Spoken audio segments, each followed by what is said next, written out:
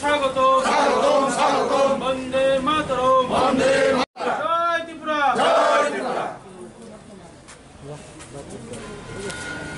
বন্দে মাতরম বন্দে মাতরম বন্দে মাতরম কংগ্রেস জিন্দাবাদ জিন্দাবাদ জিন্দাবাদ জিন্দাবাদ জিন্দাবাদ জিন্দাবাদ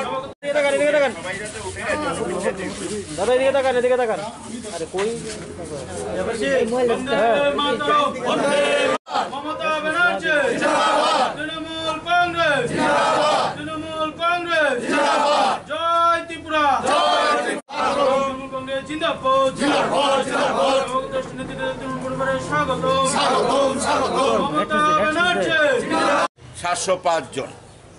705 জন টোটাল ভোটার যোগদান করেছেন।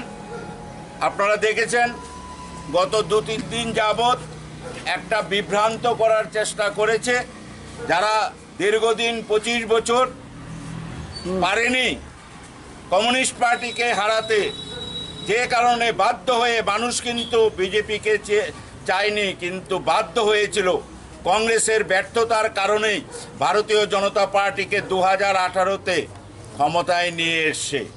আজকে ওরাই নতুনভাবে স্বপ্ন দেখানোর চেষ্টা করছে। আমরা মনে করি কংগ্রেস এখন টাইটানিক জাহাজের মতো একবার ডুবে গেছে, আর টাইটানিক জাহাজকে আজকে 100 বছর চেষ্টা করেও তুলতে পারেনি।